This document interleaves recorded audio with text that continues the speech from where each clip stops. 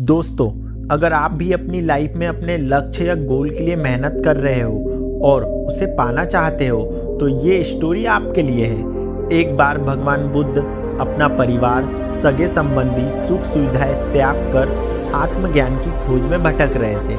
उनके मस्तिष्क में विचारों की आंधियां आती, प्रश्न उमड़ते और वे उनका समाधान प्राप्त करने के लिए प्रयत्नशील रहते। वे आत्मज्ञान की प्राप्ति के लिए कई स्थानों का भ्रमण कर रहे थे, कठोर जीवन शैली का पालन कर रहे थे, कई कष्ट सहते हुए कठोर तप कर रहे थे, किंतु फिर भी आत्मज्ञान से वंचित थे। एक दिन एक वृक्ष के तले आसन जमाए वे गहन विचारों में लीन थे। धन, माया, मोह, संसार की समस्त सुख सुविधाओं के त्याग के बाद भी आत्मज्ञान प्राप्त ना होने के कारण उनके हृदय में निराशा का संचार होने लगा था। निराश मन से वे सोचने लगे कि प्रयासों में मैंने कोई कमी ना की, फिर भी मुझे सफलता प्राप्त ना हुई। क्या मुझे आत्मज्ञान प्राप्त ना हो सकेगा? उदास मन से वे अपने दिमाग में उठ रहे इन प्रश्नों में उलझते हुए थे कि उन्हें प्यास लगी।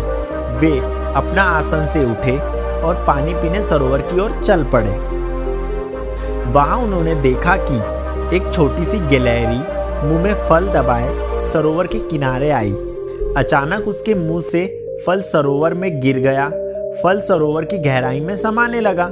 गिलहरी तुरंत सरोवर में कूद पड़ी और उसके जल से अपने शरीर को भिगोकर बाहर आ गई। बाहर आकर उसने अपने शरीर से पानी झड़ाया और फिर सरोवर में कूद गई। ये क्रम उसने जारी रखा। वो सरोवर में कूदती और खुद को भिगोकर बाहर आ जाती।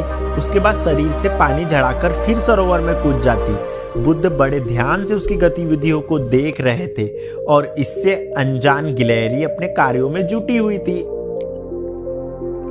बुद्ध सोचने लगे कि इस छोटी सी गिलहरी के लिए सरोवर खाली कर अपने मुंह से गिरा फल प्राप्त करना असंभव है। भी ये बिना हिम्मत हारे पूरी आशा और लगन से अपना लक्ष्य प्राप्त करने में जुटी हुई है। एक छोटी सी गिलहरी जब निराश हुए बिना अपना लक्ष्य प्राप्त करने की दिशा में प्रयास कर सकती है तो मनुष्य होकर मैं क्यों नहीं? मैं क्यों निराश के भंवर में डूब रहा हूँ? नहीं, मुझे निराशा त्याग कर पुनः आत्मज्ञान प्राप्ति की दिशा में प्रयासरत हो जाना चाहिए। वे लौट गए और पुनः तप में लीन हो गए। एक छोटी सी गिलहरी से सीख लेकर वे आत्मज्ञान प्राप्ति में जुट गए। एक दिन उन्हें आत्मज्ञान प्राप्त हो गया और वे बुद्ध कहलाए।